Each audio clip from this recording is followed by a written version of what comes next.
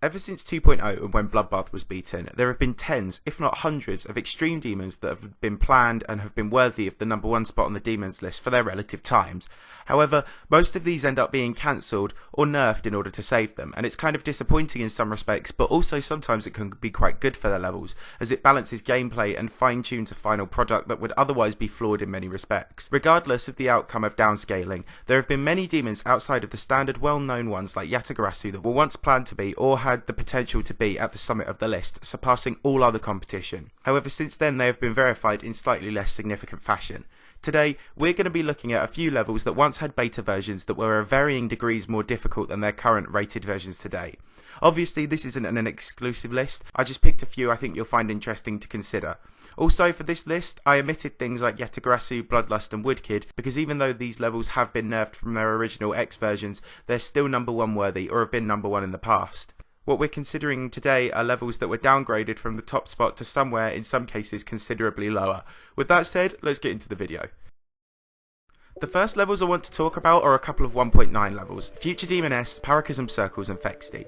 I'm talking about these in the same entry because they weren't nerfed deliberately, and they were all released in their unnerfed states initially, whereas other levels in this list never made it out in their unnerfed states. All three were nerfed in order to keep them rated, as they were all verified illegitimately and word got out about it. Future Demon S was released when Cataclysm and Ice Carbon Diablo X were topping the demons list, and the unnerfed version, which has now been revived by Atomic, is said to be somewhere between the Hell Factory difficulty and something like Allegiance difficulty. Still an extreme demon by today's standards just about. Therefore, when Majako released arguably his best ever level, it was worthy of the top spot. I'm pretty sure it was top of Frestanotch's demons list for a while too, as even after it was nerfed, it remained above Cataclysm even into August and the turn of 2.0. It was nerfed by Majako when he was nerfing all of his levels that were originally way harder, and became sort of Madhouse difficulty, an insane demon level, falling out of the top 50 towards the end of the 2.0 update. Paracosm Circles has a similar story. It was a 9 circles level released at the time when Cataclysm was the number one demon, and back then it was viewed as barely possible. I'm not sure if the original version would still be in the top 50 now, however it was instantly declared by many, including Riot, to be harder than Cataclysm. It was nerfed pretty quickly down to an easy demon level, ironically going from one of the hardest circles levels in the game to one of the easiest. At the time, the hardest circles levels outside of it were Crimson Clutter and Poltergeist. Old Sonic Wave had been released, but it was never rated. Paracosm Circles is still a huge challenge for players today, being a very annoying circles level as much as anything, and it's still in the harder end of circles difficulty. Fexty is the final one to discuss, and the only one whose level nerfs didn't help it stay rated, as it was unrated before a Spectro nerfed it. It was also released in the period before Bloodbath in 1.9, and its unnerfed re-rated version currently sits at 50th on the list, so it was harder than Cataclysm. We all know the story of Fexty, as it's become fairly relevant recently as it has been re-rated, so I won't dwell on it much. All three of these 1.9 levels were at number 1 at the time of their unnerfed release. After the next entry, we'll be looking at some more documented processes, levels that were actually nerfed before general release on account of their need to be verified legitimately. Phobos kind of falls under the same classification as the last three, except its legitimate verification was completed by an external player. When Phobos was built, it was a GDGL mega collab from the original Facebook group, designed to be one of the hardest mega collabs. It wasn't completed until about May time, a year before its actual verification, but was updated when 2.0 came out. The Phobos team tried to get Riot to verify the unnerfed version, however he opted for Bloodbath instead. Bloodbath was eventually released first, as Phobos was finally hack verified in its unnerfed state at the end of November 2015. It was rated almost immediately before questions were asked over its legitimacy, and it actually placed at number 2 on the list behind Bloodbath, as Bloodbath was seen as indescribably difficult at the time. Though we now know that the unnerfed version of Phobos would place extremely highly on the list even today, with the rebirthed version by end level that will be verified by Scullo set to be the number 1 demon ahead of even Bloodlust. Eventually, Tigrisec was exposed for hacking Phobos, and it was nerfed down to the copy we see on the list today. That prolonged it for a very short time before Tigrisec eventually made the level a free demon, and it was unrated and deleted. It was another 6 months before CrazyMan50 stepped in and literally saved the level and its subsequent legacy from dying by verifying the nerfed version that now sits above Bloodbath on the list. At the time of its release, Phobos was undoubtedly number 1 worthy, and would have stayed that way beyond Sakupan Hell, Athanatos, etc. And probably would have been ousted only in November 2016 when Sonic verified Sonic Wave. Now, as I said before, we move on to some levels that were far better documented in the verification process. After 2.0, hack levels stood far less of a chance of being rated, and therefore the most ambitious projects of the community had to be nerfed or couldn't possibly be released. A good contemporary example of this is Gamma, a level recently verified by Manix. There's not too much to say about it, as this level doesn't have a lot of history in comparison to the other demons in the top 5. However, this was Minecraft's mega collab that was originally made for Super X to verify. Manix eventually picked it up last year and struggled way more with this version than he usually does with his levels, taking over 10,000 attempts to verify it. He predicted his version would be in the top 3, and he was correct. Gamma was placed at 3rd and ousted Yatagarasu. However, he alluded to the unnerfed version, which would have been number 1 on the list. I don't think, like with something like Yatagarasu, there were as many gameplay nerfs as there were consistency nerfs to make it more realistic. However, Gamma is certainly a level that could have placed at number 1 with its original version. There are still calls to place it at number 1 now, with many believing that it's harder than Plasma Pulse Finale, and with End Level claiming that it is harder than Bloodlust. Regardless of these claims, it's probably safe to say that 4th place on the Demons list is way too low for Gamma, even though a recent list placement discussion resulted in Gamma being held in its current position. Now, we come to another staple in the transition of unnerfed to nerf levels. Black Blizzard was Crazy's masterpiece and his self-described best level to date. When it was first revealed at the end of January, it rocked the community, mainly because it was a unique and unusual timing demon, and Crazy briefly elaborated on how difficult it was, saying it had taken thousands of attempts just to get past the introductory part, which made up only about a quarter of the level.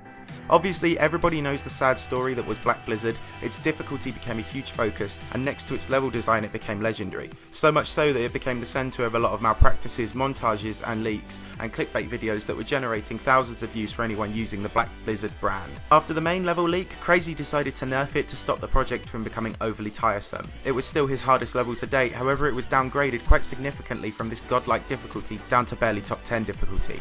And despite being a brilliant level, it was somewhat underwhelming in the difficulty respect, as a result of the community driving Crazy to nerf it. The original version was set to oust Yatagarasu and was tipped to do so merely a fortnight after Yatagarasu was released. Black Blizzard is one of the most fabled levels in the what might have been portion of the community conscience, and it's a shame we never saw it realised in its original state. Now for the one I find most interesting to consider, Killbot. Killbot was a level by Lithifusion and is most likely the hardest memory demon ever created. Difficulty wasn't the overriding original intention of it, given the decoration was the most groundbreaking aspect of it and it really pushed the needle. However, after a period of verifier uncertainty, it came to Antaros, who was determined to make it the hardest thing. He created the infamous super buff version, which borders on impossibility for just how inconsistent it is, which doesn't mix that well with a memory demon where you can't really see anything. When Boldstep got the level, he nerfed it in places where it was just too difficult to be viable really. The level was still extreme when verified, placing just outside the top 10 on the demons list. However, Killbot would have been an interesting number 1 demon in its old form. With the number 1 demons of the community typically being red, health-themed demons, or riding on one type of difficulty like wave or straight flying, Killbot would have been a major change up in the accepted formula for a number 1 demon, especially if it had outdone the levels like Sonic Wave and Yatagarasu. Now I've saved the most relevant to the topic for last, Blade of Justice, the level that quietly took the dreaded Yatagarasu route to verification but was changed up, cursed, downgraded and just pushed all over the place. For such a high profile level that was being groomed and prepared to be the number 1 demon for so long, to see it have been discarded and kicked around by no less than 7 verifiers and countless versions of redecoration, difficulty and downscaling, it really beggars belief. When Blade of Justice was started, it was set to be built to Bloodlust difficulty. Bloodlust back then was bordering on the impossible. When a leaked version was revealed in the summer of 2016, it was declared absolutely impossible. Cyclic did a practice run of the 2-minute incomplete level and took over 1,400 attempts to do so. It was so extreme it wasn't even attempted by anyone before LazerBlitz joined Manix to redesign several parts and finish the level. And what was rumoured to be a 4-minute barely possible demon was capped off nicely after 2 minutes and was immaculately decorated. The next version was completed in about November and given to Jewel Kiki to verify, and this version was also worthy of the top 1 spot ahead of the likes of Sakupenhell and Sonic Wave. Jewel had 2 versions, both top 1 in difficulty, with one being super buffed for the sake of it and comparable to the original version Manix had built in difficulty, and the other, more reasonable version was passed to Truster and nerfed again.